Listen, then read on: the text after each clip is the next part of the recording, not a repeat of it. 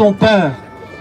Je sais que les Français, quel que soit leur bord politique, quelle que soit leur nature, quelles que soient leurs origines, quelle que soit leur religion ou non-religion, je sais une chose, c'est que les Français, dans leur fort intérieur, ça, ils n'aiment pas. On ne touche pas aux enfants.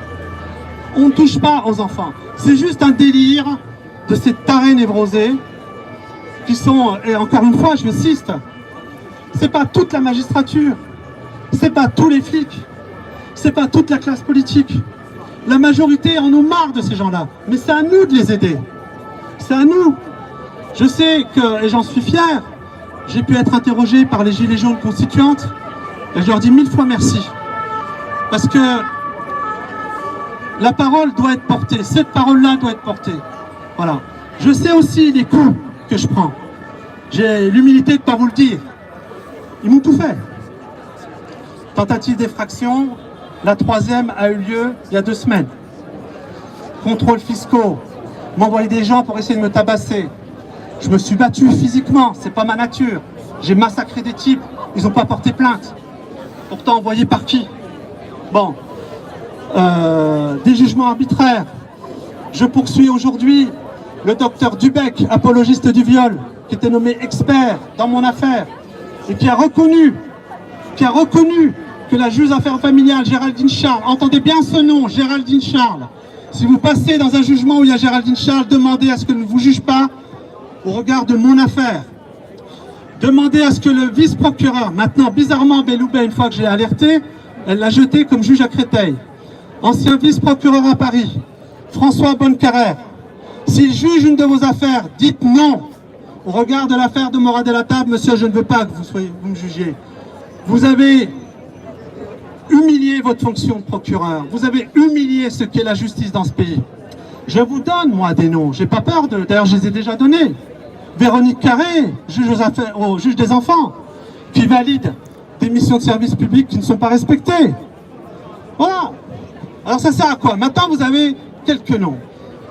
Nous ne sommes pas des gens violents. Nous ne sommes pas des gens violents. C'est ce qu'en face, ils voudraient faire croire. Nous, on se réunit place de la Bastille, un endroit symbolique, où il y a des parents victimes, dont certains ont pris la parole, d'autres vont encore la prendre après moi. On est juste là pour dire, mais touchez pas à nos enfants. Mais c'est un comble.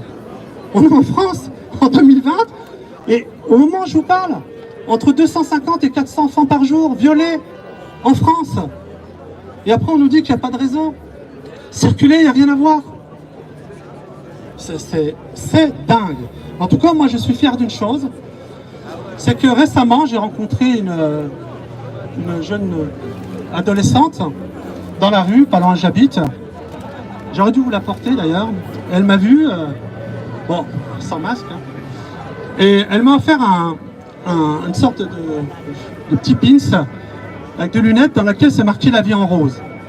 Et cette jeune adolescente, 14 ans, est venue vers moi et m'a dit, écoute, enfin elle m'a tutoyé, c'est l'âge qui veut ça. Elle m'a dit, écoute Morad, t'es peut-être pas le président de la République, mais t'es le président des enfants.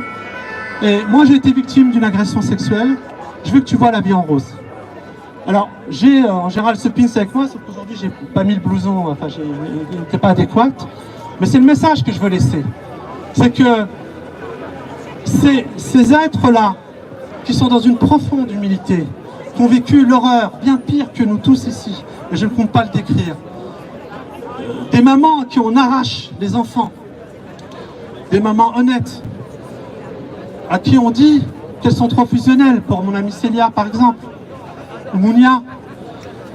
J'ai vu mais des choses qui sont sidérantes. Alors c'est vrai que vous tous ici, qui n'êtes pas confrontés à ça, il faut passer le pas, ce qu'on appelle la dissonance cognitive. C'est tellement énorme, vous dites, non, c'est pas possible, nous raconte des cracks. C'est tellement énorme que ça peut pas se passer en France, c'est la 6e puissance du monde, c'est une démocratie. Non, aujourd'hui la France c'est Pédoland. C'est Pédoland. D'accord? Moi quand j'écris à Emmanuel Macron, je lui ai proposé un débat, un face-à-face. On m'a dit, mais éventuellement de réattaquer. Je fais non, moi mes dalis, c'est Forman ou Frazier, pas les seconds couteaux. Donc, je veux un débat face à Emmanuel Macron. Je veux que la France entière voit le président de quelques Français face au président des enfants.